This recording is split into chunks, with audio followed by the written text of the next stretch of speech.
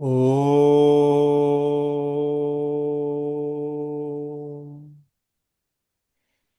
Om.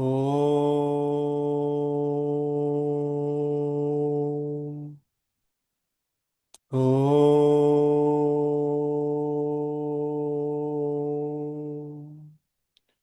Om Sahana Vavatu Sahanau Bhunaktu Saha Viryam Karavavahai Tejasvinavadhitamastu Ma Vidvishavahai.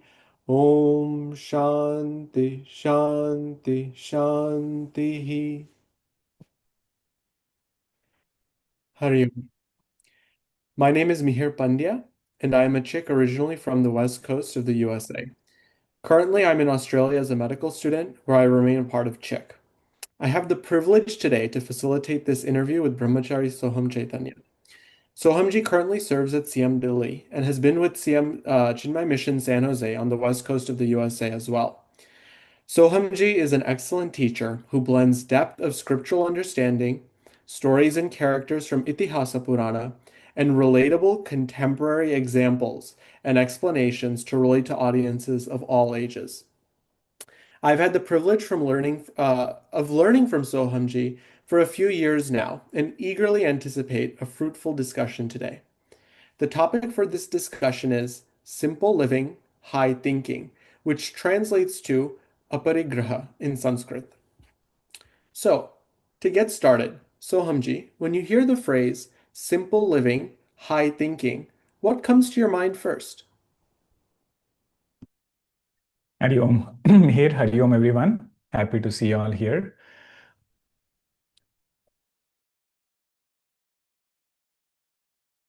Simple living, high thinking, when I hear this phrase, I remember the life of our rishis. In a way, I feel this phrase, simple living, high thinking, is a call of our rishis. They all lived such a simple life, but they were able to think about great things. It also reminds me of our mission pledge, giving more than what we take. So these rishis were those who took very little from this world, but they gave back a lot back to this world. One rishi in particular, his name is Kanada Rishi. Rishi Kanada. Kana means grain, and Kanada means one who eats grain. So it is said he would go to the granary, and whatever grains were left after the main rice has been taken away, he would survive just on that. And Kanada Rishi was the founder of Vaisheshika Darshana, which is, in modern terms, the atomic theory. In our Indian school of thought, that school of thought which talks about atoms, that is this Vaisheshika Darshana. The founder of this Darshana was Kanada Rishi. But the point to appreciate and get inspired from is how they lived, taking minimal from this world and giving back more than what they have received. The word simplicity also is very interesting. There was one Mahatma Ji, his name is Swami Akhandanand Maharaj, he would say, to be simple is sadhana. To be simple is austerity, it is practice. And next line was, being simple is not easy. In Hindi he would say, सरल बनना साधना है और सरल बनना सबसे कठिन है. Being simple is a great sadhana, but that is not easy. It is also difficult. That is why it is worth it. Okay, so what comes to my mind when I hear this phrase is our rishis who lived life like that. Simple living, high thinking. Now, elaborating upon that, when we think about today's world, where one is encouraged to live in excess of constant upgrades and comparisons, what does this term simplicity truly mean? Is it just minimalism or is it something deeper? Simplicity, in simple words, can be thought of as being uncomplicated. The character who comes to my mind when you hear this phrase simplicity is Arjuna. His name itself means the one who is straightforward. Ruju Swabhava means one who is straightforward. That is our Arjuna. And if you see an entire Bhagavad Gita, you can see his personality. Very pure and very straightforward and simple. If he gets any question or if he doesn't understand Bhagwan, very reverentially he says, Bhagwan, what you are saying is true, but I am not getting it. Please explain to me, how am I supposed to understand this? 6th chapter, Bhagwan explains all the heights of meditation, the subtleties of meditation. And Arjuna says, Bhagwan, you cannot be wrong. I agree. But I am unable to practice what you are teaching me. Ruju Swabhava means that one who is straightforward. If he knows something, he accepts it. If he doesn't know something, also he can accept it. But if you look at it a little deeper, this simplicity, it is thought about in 3 categories. One is simplicity in thinking. What is the simplicity in thinking? Simplicity in thinking is not overanalyzing. Not overanalyzing a situation, not overanalyzing a person or their behavior towards us. A mind which is complicated will get stuck very quickly. It will enter something, enter some situation, and keep getting caught up in that situation. Ability to be free from this. That is simplicity in our thinking. In Ramayana, there is one very nice portion where Bhagwan Rama has just left from Ayodhya. He has been exiled into the forest. And following Bhagwan, Bharatji comes from Ayodhya. All of you know that story, right? Bharatji also follows Bhagwan to Chitrakoot. Now, when he crosses the river, Gangaji, there is one tribal person there. His name is Nishadraj. He is the tribal king of that area. And when he sees Bharatji coming with an army, there is a description of how Nishadraj is thinking. He just sees Bharatji coming with army and he concludes that Bharatji has come to finish Bhagwan Rama. He has come to become the unquestioned king of Ayodhya. And he goes on a rant talking about how he is going to build his army, fight against Bharatji, finish everybody, they cannot cross Gangaji until I am alive, and so on.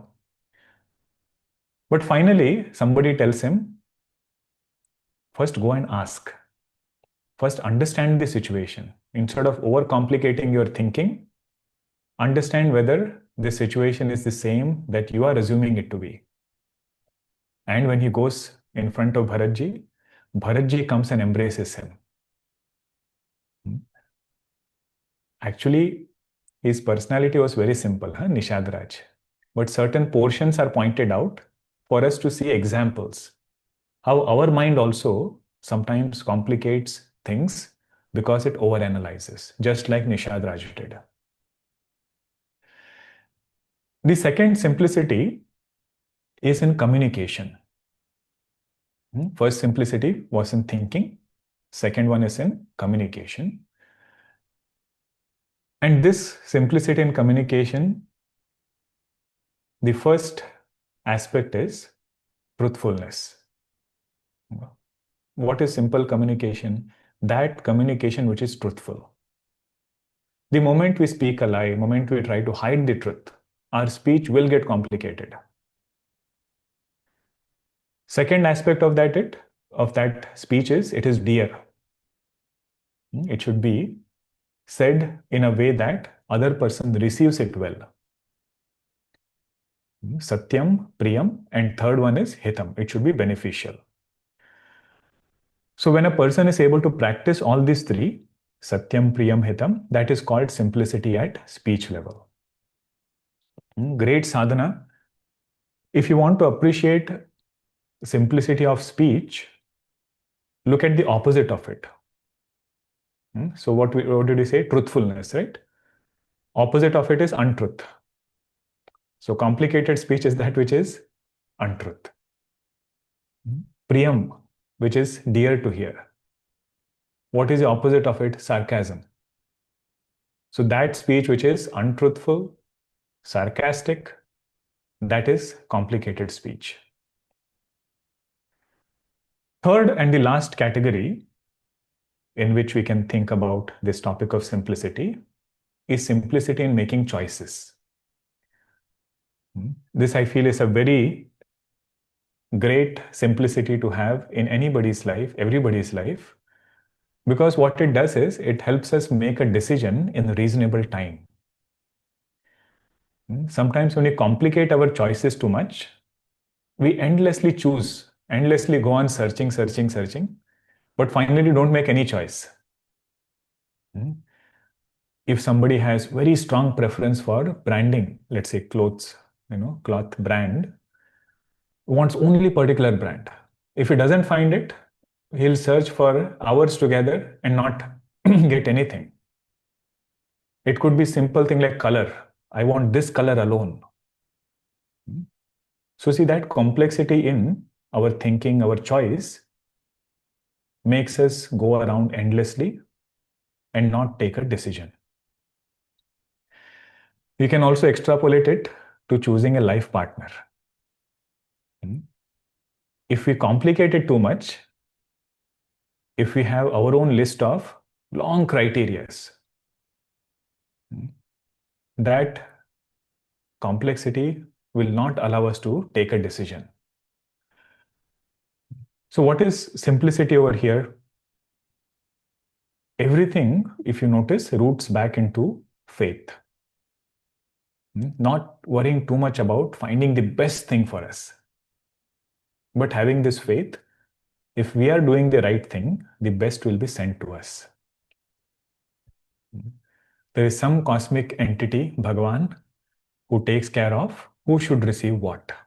So why get worried and get stuck in so many choices? So that is just a bird's eye view on this topic of simplicity. That was a nice and thorough description of simplicity, Sohamji. Thinking about that further, another meaning of aparigraha means non-possessiveness. So what does that mean? Does it relate to physical possessions only? Or can this concept also be applied to thoughts, relationships, and even self-image, building on what you just shared with us? Yes, I like that this topic has been clubbed with aparigraha, that word aparigraha with this title, Simple Living, High Thinking. Aparigraha is again a beautiful word. If you notice, there is graha there. Aparigraha is three words actually, a, pari, and graha. Graha in English means to cling on, to hold or to cling on. Parigraha means to cling on completely, fully. Some object, some person, some idea, to cling on to it completely and not let go of it, that is called as parigraha. Aparigraha means not to cling on in that way. See how nice this Sanskritam is. Huh? The word itself tells us what it means. So graha means to grab, to cling on. Parigraha means to cling on thoroughly. And aparigraha means to not cling on to things. So this is the simple meaning of that word. The example that is very popular is a monkey, putting its hand in a jar of peanut. They say if you have to catch monkey, it jumps very fast, very quickly, so it's difficult to catch. So these hunters in the past, what they would do is they would put a jar of peanuts and with a narrow neck. So this monkey would put its hand inside and fistful, more than what it can hold, it would grab. And try to pull its hand out, it will not come. That is a classic example of parigraha. holding on to more than what I need, I think I am holding on to that thing, but really speaking, that thing is holding on to me because my hand is not available now. And that is how that monkey gets caught. If it just lets go of that peanuts, it can happily take its hand out, be free. But it cannot let go also because it's attached to it. So that is this parigraha, which makes us hold more than what we need. There are many articles available on Aparigraha actually. And one of the main thing which they highlight, many Mahatmas, they say whenever we hold on to more than what we need, we hold on to more than what we need, it brings some impurity in the mind. Either it will create some jealousy or preoccupation of this mind. And the second part of the question was, can you also see it from other angles? Is parigraha only with objects or is it also with thought, relation? It can also be with thoughts. If we are holding on to erroneous thought, some negativity in us, we start defining ourselves with it. Repeatedly, we start thinking about it. That is parigraha with thought. What is aparigraha there? Let go of that thought. What I don't need to hold on to. Or I don't need to hold on to more than what I need. That is with thought. With relation, if somebody has parigraha, it can lead to possessiveness. Any two people coming together, if one is possessive of the other, that relation gets soured in some way. At some point, see, all of us like to be free. Nobody likes to be bound. So this aparigraha is applicable even in relations. It's not only with objects. Because we want all the attention, all the time. So aparigraha there is not being possessive. Third one is with self-image. That also is very interesting. I'm glad you brought it up. Sometimes we want to hold people's good impressions. Means everybody should think good about us. Now that is good, but it is not feasible. It's not practical all the time. So that also can lead to lot of insecurity. Parigraha about self-image can lead to insecurity because this person is always afraid of losing it. So imagine the greatness of this small virtue, at thought level, at relation level, and even at self-image level, what kind of freedom it brings. If somebody got angry at some point, don't hold on to that anger thought. That is what our scriptures are telling us. Don't call yourself as an angry person. That is parigraha of my anger thought. In relations, you might have good friends, best friends, spouse, but not becoming possessive of the other person. And of course, self-image, we reflected a little bit on that. Yes. Aparigraha is also one of the yamas in Ashtanga Yoga. So, thinking about the perspective, as you had alluded to just now, of other Mahatmas, could you please share what Patanjali Maharshi teaches about this concept of non-possessiveness? Yes. So Patanjali Maharshi puts this aparigraha in one of the yamas. And the foundation of yoga, sadhana, is yama and niyama. They say only when you do that, you can go to the next step of asana. So imagine the importance Patanjali Maharshi has given to this quality of aparigraha. Aparigraha, I hope everybody is clear about it, right? Not clinging on to things, not holding on to things more than what is needed. Patanjali Maharshi defines aparigraha in the same way, whatever we discussed, not holding on to, clinging on to things. But he mentions a very unique benefit of aparigraha.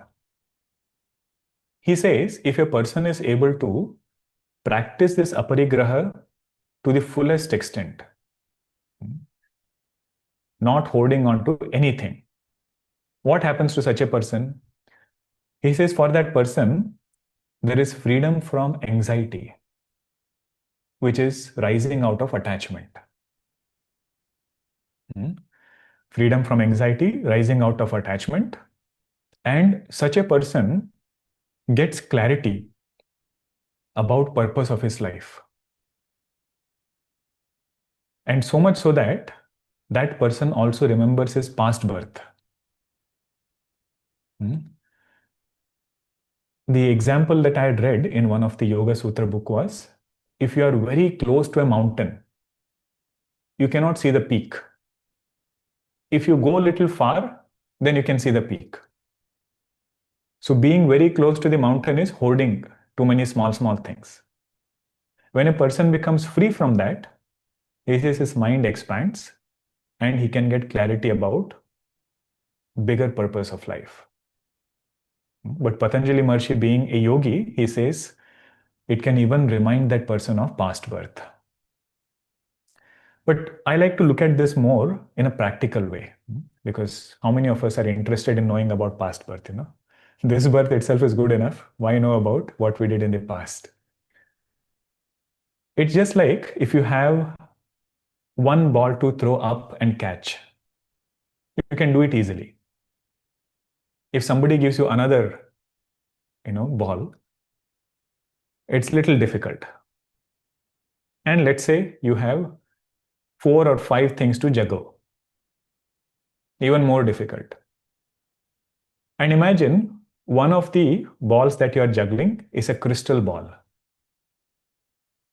The likelihood of dropping that crystal ball is very high. What is this juggling analogy? When we do parigraha, we are adding one thing in our life which needs attention. And the crystal ball is our main goal of life. So in the midst of juggling 100 different things, the main goal of life can get missed out. So for a spiritual seeker, main goal of life is to invest his mind, effort, and energy in self-abidance, in seeking God. If he ends up doing a lot of parigraha, this main crystal ball will be dropped. For a student, the main goal is to study, do well in school, do well in college. If a lot of attention is spent in managing other things, then main goal can be lost. So in Yoga Darshana also, the main goal is Samadhi Abhyasa, to absorb the mind in the self, to quieten the mind completely. So for that, Patanjali Maharshi says, we need the sadhana of Aparigraha, where the mind is available and free. Okay. So building on this idea of hoarding, what are some modern ways young adults might unconsciously hoard? That's an interesting question, because I feel the younger generation now is very mature in terms of not hoarding objects.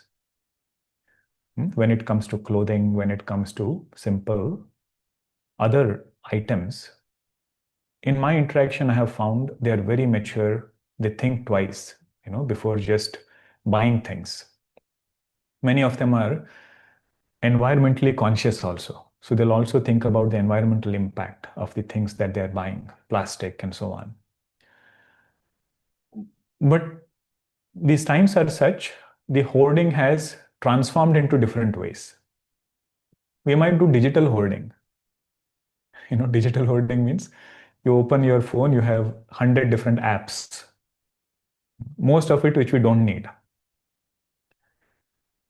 Another example of digital hoarding could be followers and likes that people might seek on social media. Again, that is more than what we need to be happy.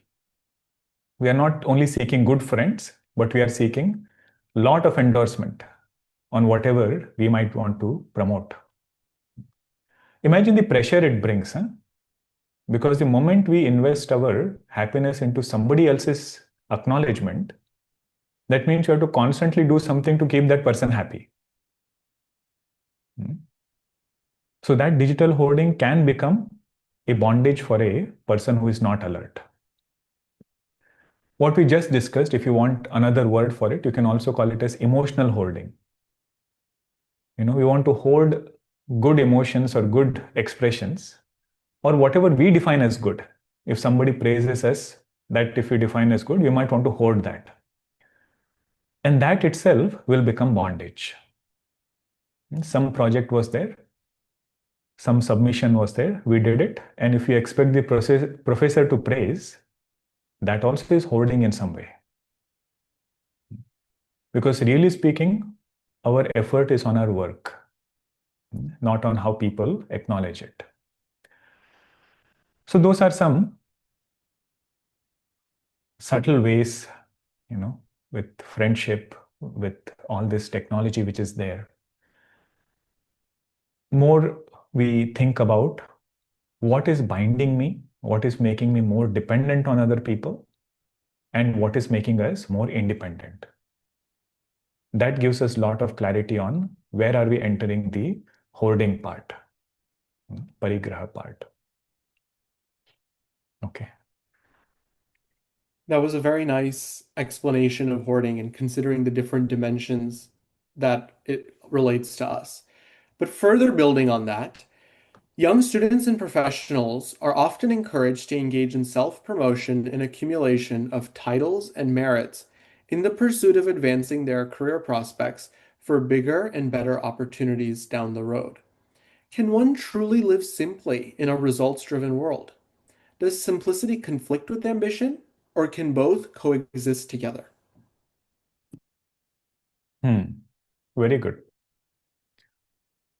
I feel there are two terms. One is self-promotion, another is self-confidence.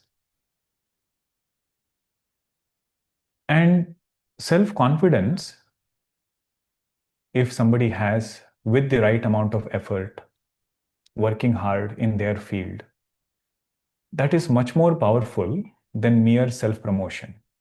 I'm not saying self-promotion is not needed. It might be needed in certain fields. Like if somebody is in sales or, when they do the review, annual review of people, you might have to speak what you have done. But one thing person should keep in mind is not speaking more than what he has done. That is also sadhana. So self-confidence is very great quality to have. We are not talking about low self-esteem. Simplicity is not going into that topic, that area where we misunderstand simplicity. He is able to speak when it is needed and speak confidently also, but not overly concerned about talking about oneself. Because person who chases excellence gets rewarded for that pursuit. Just think about it. If you are in the employer's shoe, whom would you want to give more credit for? Person who is hardworking and good at what he's doing, or person who is mainly speaking about how good he is? If you put yourself in other person's shoe, it becomes the virtue and vice becomes easy to understand. The contrast becomes easier to understand. But another thing we'll notice here, if we have to combine simplicity and day-to-day life, person who has faith in God, person who has trust in the cosmic intelligence, that person can happily do this, happy union of simplicity and his day-to-day life. Because he knows Bhagwan will never keep anything which a person rightly deserves away from that person. In fact, Bhagwan is so compassionate, he will add few things from his own side and give. See, God gives results of our actions, but he doesn't give like a judge, or a bank, how much you invest, your interest on top of it, exactly that amount you can withdraw. Bhagwan's giving is He looks at our heart. If we have done it sincerely, if we have done it remembering the Lord, result is multifold than the effort which this person has put in. And the only way of believing in this is to try it out slowly. Because this is not a new path, right? This path has been laid out to us in the Bhagavad Gita, in our scriptures. Bhagavan says, just put your 100% into the work. Let the goal not be your only motivation. And remember, in the result, let result not be your only motivation.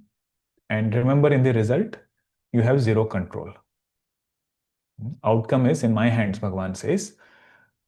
So, with that kind of faith, this person is not afraid of simplicity.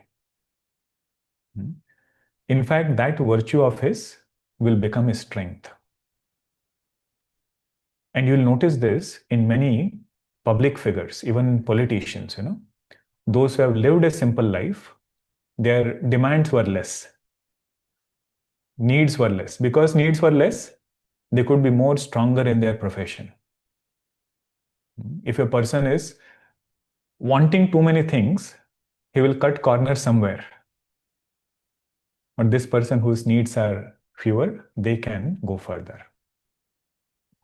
Okay. And I would really love to explore this idea of examples of aparigraha in great and noble figures from history and our society. But before that, Sohamji, you had mentioned about unifying this concept of simplicity with our day-to-day life. So, what small habits can we undertake in order to help us practice aparigraha daily without feeling deprived, as has been alluded to so far? Yes. One thing I like about aparigraha is, this definition Puja Guruji had mentioned in one of his talks. He said, aparigraha, we are not asking to suddenly cut off from everything and give up everything. What is being asked is, draw a very fine line between need and want. What is it that I need? And what is it that my mind wants? So the wants, if I can reduce, I will realize I'm very happy with my needs. That is why people go on pilgrimage. When they go on a pilgrimage, the idea is you should spend life with minimal things. So most dharamshala or ashrams, when we stay, the furnishing there is probably a bed, one table, and one jar of water, jug of water, That's it. But when that person stays there, mind is in higher things, does his sadhana there, when he comes out, he feels, oh, there was so much peace here. And you ask that person, what brought you peace? He says, outside I had very few things. That reminds the person that peace is your nature. This joy is within. It is getting that sound of that blissful self is getting drowned by objects and what we are holding on to. So what are some simple steps? Simple step is to simplify. Simplify, simplify, simplify. When it comes to food, can I simplify my choices? When it comes to clothing, can I simplify? Rather than wanting the best, can I settle down on what is good? What is good enough for me? Making sure we go towards it. That is one way. I had read one very nice practical tip of aparigraha. Because we all like to buy things, new things. We like to buy. Phone keeps upgrading every other year. Objects we like to buy. This article said there is no harm in buying new things. But every time you buy something new, make sure the older thing is given to somebody who needs it. The problem happens when we keep getting without giving things away.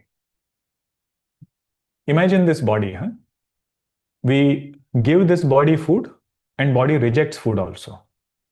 Imagine if this body was only eating, eating and eating. It would fall sick. Same thing with our surroundings. So that where we are able to simplify and minimize, at the same time getting things, but also managing it well. Whatever we can let go of, it makes the mind lighter. That is just one way. It's very helpful advice to practice this value. Now coming back to examples. When we think of simple living, high thinking, one saint who comes to mind is Pujya Swami Tapobanji Maharaj. Tapobanji lived with almost nothing materially, yet his thoughts elevated generations. Can you share some insights on Tapobanji Maharaj's life and the inspiration we can draw relating to the topic?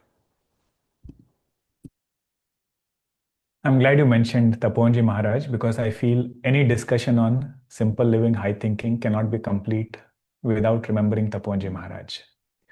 And interestingly, when the organizers shared that we should be reflecting on this topic, simple living, high thinking, I was reading a book on Taponji Maharaj, you know, very inspiring book. Taponji Maharaj writes that he went to Kailash Yatra twice. And both times, the surrender unto God, which he had while going to that yatra, that is something very inspiring. We are far away from that kind of life, but we can derive inspiration from that life. Imagine going for Kailash Yatra with no food. His faith is, if I am thinking about the Lord, Lord will take care of my food. So he meets two dacoits who come wanting to rob him. But he so compassionately speaks with them, and they realize he doesn't have anything. They go to the neighboring village, get two potatoes, boil it, and give it to him. Even today, if you visit Tapovan Kutir in Uttarkashi, Taponji Maharaj's room, all it has is, and they have preserved it the way it was when Taponji Maharaj lived. It just has a cot, a bed, a blanket, a trunk, and one kamandalu. Kamandalu means the jar to drink water. That's all he had. And towards the end of his life, somebody got him a pillow because he was finding it difficult to sit. He refused to take it, but they insisted on it. So one day he waited until the devotee was there, used the pillow, and second day he gave it up. But see, what makes their simplicity powerful? They were not interested only in simplicity for its own sake. They had a higher goal. What was Taponji Maharaj's goal? Self-abidance. Mind should abide in Brahman. And in his conviction, all other things were a distraction. He said, more things you have, mind will have to go in those directions. And if I can manage without it, why unnecessarily spend time on it? So that was his mindset of simple living and high thinking, because he said mind is available to invest in your main pursuit. That is one thing that comes to mind. Thinking about another example, even though it might seem contradictory, some of the most powerful leaders in human history, as you had mentioned earlier, Sohamji, have lived their lives with a great degree of simplicity. One such example is Mahatma Gandhiji. Gandhiji said, "The world has enough for everyone's need, but not enough for everyone's greed." I'm sure you must have come across the life of Mahatma Gandhiji in your readings. So could you please share some inspiring aspects of his life regarding this value of simplicity? More than reading, I recently had a chance to go to Rajghat, Mahatma Gandhiji's memorial, where he was laid to rest. Very beautiful place. And the day I went happened to be just the day after October 2nd, his Jayanti day. And behind Rajghat, they have Gandhi Museum. It's huge, and it's only pictures, very rare pictures, telling a story of Gandhiji's life. And in between, they also have exhibits of his office in South Africa, exhibits of the train from which he was thrown out, exhibit of Sabarmati Ashram, his room, and different things, the charkha wheel and everything. One striking feature in all the exhibits and the pictures was his love for simplicity. Even if you see his room, very, very humble, very simple. That reminds me of one anecdote. There was one traveler who went to a Mahatma, a saint, and his room was badly furnished. There was nothing actually. He was sitting down, reading something. There were shelves, but those shelves were empty. Generally, you put some showpiece or something, on the shelf, but they were also empty. Shelves were empty. So this person, traveler, he asked, Swami, why is your room so empty? Your shelf is also empty. This is also no furnishing. The Swami asked him back. He said, you are also carrying a very small bag. He had come with his backpack, He was traveling. He was come with a small backpack. He said, you are also carrying a small bag. Why are you so surprised? This person said, sir, I'm a traveler. So it's not odd to travel light. The Swami said, I'm also a traveler. Because I know I'm not going to take away anything from here. So that simplicity I could see in all the exhibits which were there. But most importantly, what was inspiring was how Gandhiji found clarity. Somebody who is a lawyer, who is an attorney somewhere, very successful, getting that clarity that freedom struggle is my goal. And coming here in a way that he could inspire, masses of people to connect with that freedom struggle. A lot of it, I feel, ties back to his lifestyle of simplicity. Particularly with clothing, he said, I will just wear khadi clothes, which is made from his own woven, attire, the khadi fabric that he would weave. And even with food and other choices, very simple food. But imagine or just appreciate how much of clarity it brings. Because mind is free, mind is lighter. So then we decided to do a CHYK workshop there, just in the Rajghat. To see that museum, we might not end up going into freedom struggle, but we all have our own journey to live. How do we get that clarity? That what is my purpose of life? And how does this lifestyle influence that kind of clarity? So these two are great examples. I'm glad you picked them, Taponji Maharaj and Mahatma Gandhiji. So now, Sohamji, to put this all together, what, in your view, is the biggest obstacle to living with simplicity today? Outer circumstances or inner restlessness? I would say both. If our inner desires, priorities are for objects, we ourselves have to take responsibility. Nobody is asking us to buy things, Nobody is asking us to hold emotions, thoughts, titles. It is what we have given value to that decides where we end up holding. Because one advertisement doesn't give or doesn't have the same impression on 5 different people. So society is there, but society by itself is not the only reason. If we have given value to it, if we have a taste for it, then the advertisement is designed to catch us. So being very mindful, honest about what is our inner taste, how to change it, how to make it better. Second, of course, is peer pressure. many things we end up getting, many things we end up hoarding because we see it somewhere else. If you don't have it, you are considered out of this circle, out of this group.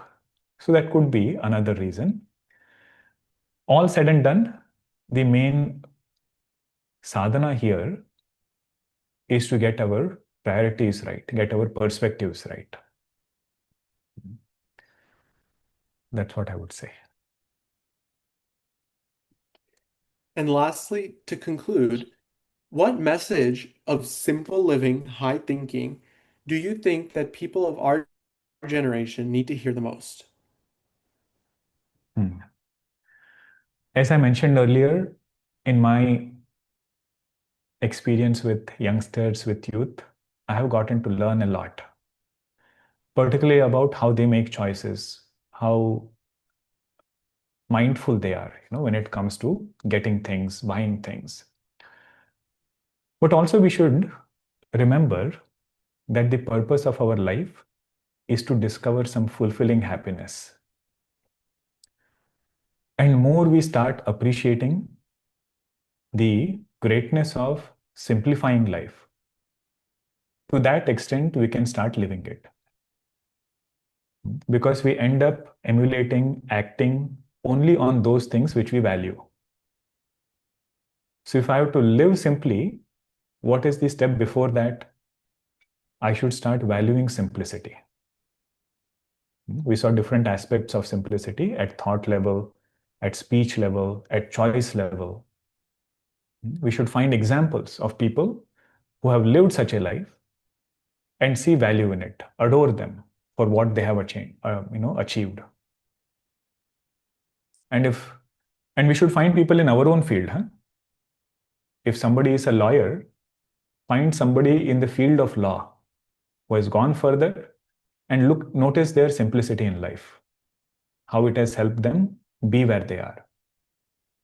If somebody is into medicine, find an example of person who has gone further and see how that lifestyle has been, how that goal has been nourished by simplicity. Same for spiritual seekers also. That's why the example of Taponji Maharaj, is a great example to derive inspiration from. When we value them, we'll make baby steps in that effort, in that direction. And probably if we get 1-2% also of what they have achieved, that will only do good to us. Okay. Thank you. I hope all questions are done, right? Anything else? No, that was Good. great, Sohamji. Thank you very much for the insightful discussion on aparigraha or simplicity. Just to briefly summarize what was discussed today, aparigraha, or this value of simplicity, simple living, high thinking. Another way for us to understand it is at different levels. So, for example, at the level of our thoughts, at the level of our speech, at the level of our action or choice. Aparigraha also means non-possessiveness. So when we think about non-possessiveness, it doesn't just mean with objects, but also, for example, relationships, titles, merits, anything we have to gain in this world. And too much of it can create unhelpful noise within our own minds and distract us from our goals. So we note that the lack of simplicity can hinder our material goals, but also our spiritual progress as well, as discussed by Patanjali Maharshi.